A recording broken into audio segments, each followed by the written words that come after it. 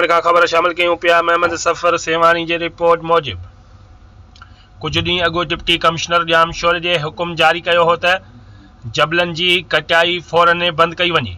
उन हुकुम जी तकमील कंदे 715 इंचार्ज मंज़ूर दल कुछ ट्रकनि खे रोके उन्हनि ड्राइवरनि ते FIR कटाई हुई। उन खां पोइ 2 ॾींहंनि जे पथर खणण ते पाबंदी खां पोइ ॿीहर अॼु हुकुमनामे खे थुॾे 15 इंचार्ज 7 मंज़ूर दल पंहिंजे जवाननि जी सरबराहीअ में लाल बाग ते पथर जे ट्रकनि खे सप्लाई शुरू करे छॾी, जंहिंमें मिनरल माइनर खाते जा अमलदार ऐं बाअसर भोतारनि ऐं सेवण जे तालुके इंतज़ामिया जी सरबराहीअ में ॿीहर जबलनि जी कटाई जो कमु शुरू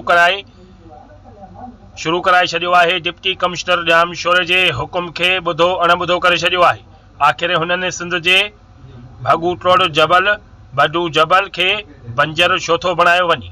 IG सिंध हिननि बाअसर सप्लायरनि खे सेवण तालुके जी इंतज़ामिया ख़िलाफ़ नोटिस वठे।